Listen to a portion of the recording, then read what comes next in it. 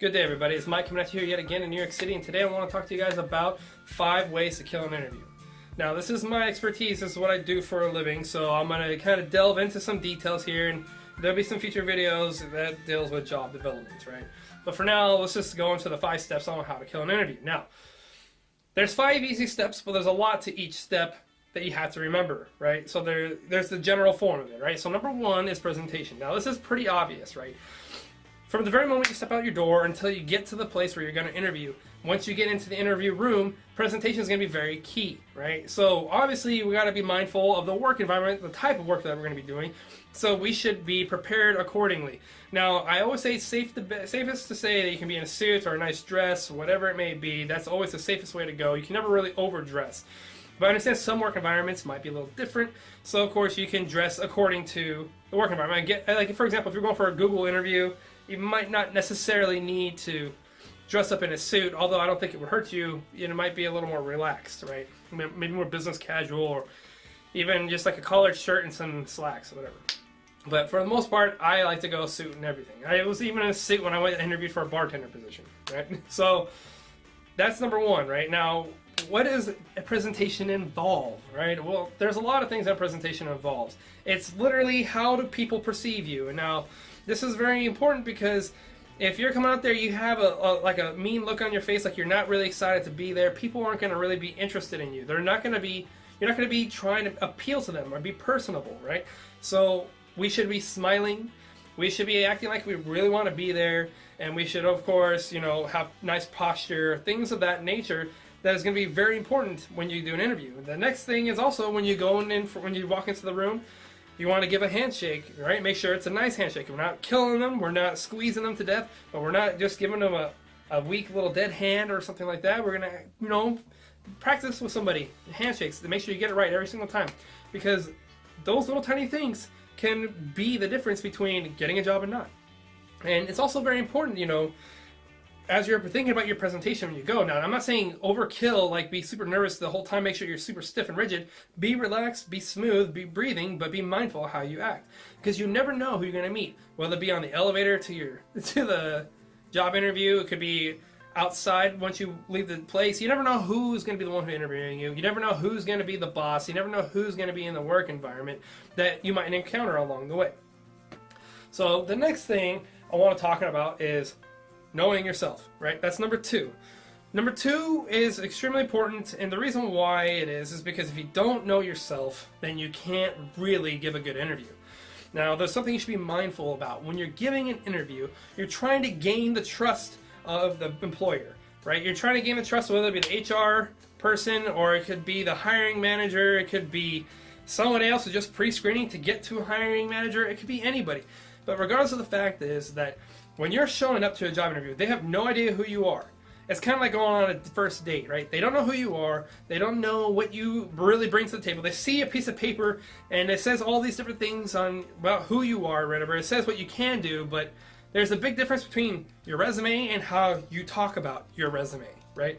We got to translate and bring that resume into a form of a narrative that sounds trustworthy, right? Because this is the only form of evidence that we have that we are worthy to be in this job position.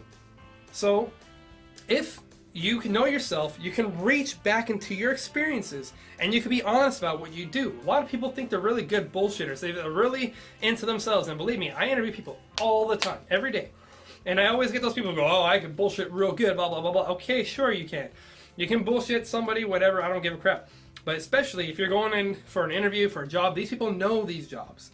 Right? You're going to try to bullshit, you're going to try to make up stories to make it sound relevant. Now, I'm not saying you have to be 100% accurate to a story from back in the day, but you want to make sure that what you're saying is relatively true, and just reach back. If you know yourself, you can reach back into your experiences and find ways to be relevant to the job. Every job, basically, no matter what it is, you can find a way to be relevant to it, even if you haven't done it before. You just got to know yourself. And that's the easiest way. And now that leads us to number 3. That is, give examples, right? So, of course, before you can give examples, you have to know yourself. So we're going back to step 2. That means going back in time into your life, in your previous jobs, your school, your whatever it may be, your internships, and you got to think, how can that really be relevant for an example that's pertaining to a question that these people have, right? Now, it's kind of like, if you were to just say, hey, for example, tell me about yourself, right? If you were just to sit there and go, well, I'm awesome, I'm really good at everything that I do, I play football, or I like cars, or something stupid like that, whatever. I'm not saying that's stupid, by the way, but you know what I mean. Or you say, like, I'm the best person in the job, I can type 100 words per minute, well, that's actually a pretty good example. So, but regardless of the fact, if you're just saying I'm awesome, I'm pretty, I'm, no one's better than me, or I'm just really good at everything that I do, right? You're really good at everything you do, that's great. So what are those things that you're really good at? There's nothing wrong with saying I'm good at things, but how are you going to say it, right? Now, we don't want to be too boastful. We want to say, oh, I'm awesome and I'm pretty, whatever it is, whatever, right? But we want to give concrete examples. We don't want to go too long, and we don't want to be too short. We want to have somewhat of a conversation. We want to give people an opportunity to actually get to know you, get to ask you questions. And if you're just, depending on the interviewer, but the ideal situation, when someone's asking you a question, you know yourself, you're looking good, and you give an example, right? And when you give that example, it's relevant, it means something, and it actually goes into something that people actually care about, right? It sounds honest, because if you don't sound honest, they're going to tune you out, right? And they're just going to go, okay, whatever. And half the stuff you say, even if you put in some good stuff in there, it's not going to tune into these people's ears. They're not going to listen. So now this could be actually kind of a tie, but the other example, which I would say, is understanding why. Number 4 is understanding the why behind the question. Now, this isn't a very American thing. Now, this might vary from country to country, but at least in America and other English-speaking countries, the understanding the why is always an important thing, right? So, if you understand why, you can, why do they want to know? Tell me about yourself, right? Well, why do they want to know your weaknesses? Why do they want to know a time that you demonstrated leadership? Why do they want to know a time that you had to sell something, There's always a bunch of whys. Now, that's going to be in another video. I'm going to give you a giant list of questions that are common people ask. I'm going to give you the exact whys behind all of them, right? But that's going to be in another video, because this video will go on for an hour otherwise, right? So, if you understand why, you can give good examples, and you can, reach back to your experiences by knowing yourself to be like, okay, so I know why they're asking this question. I can give an example going back in my time, thinking about this particular example, and I can push this example out by making it relevant, and because you understand why do they ask the question, right? There's a lot more intricacies, and sometimes it might seem obvious, like tell me about your weaknesses, stuff like that. It might seem obvious, but it's not always so obvious, right?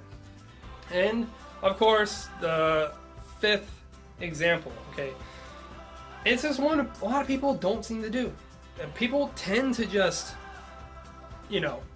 not do at all. It's just like one of those things that people don't think about. I don't know why. People say that they want to do it, they intend to do it, or they half-assedly do it. I would suggest strongly that you research the company, okay? If you do this beforehand, this technically could be number 1. If you research the company before you get to where you're going, right? You're going to have a big advantage over a lot of people, because they're going to be like, who's the name of who's our CEO, for example? That might be important in some places. Sometimes knowing the CEO, how the company started, might be relevant to a story that you have. Sometimes, that it plays a big part into the mission of the company. And so that way, if you understand these things, you got a big advantage, and you can kind of understand the culture of the people you're working with. And that's always important, because you want to be relatable, okay?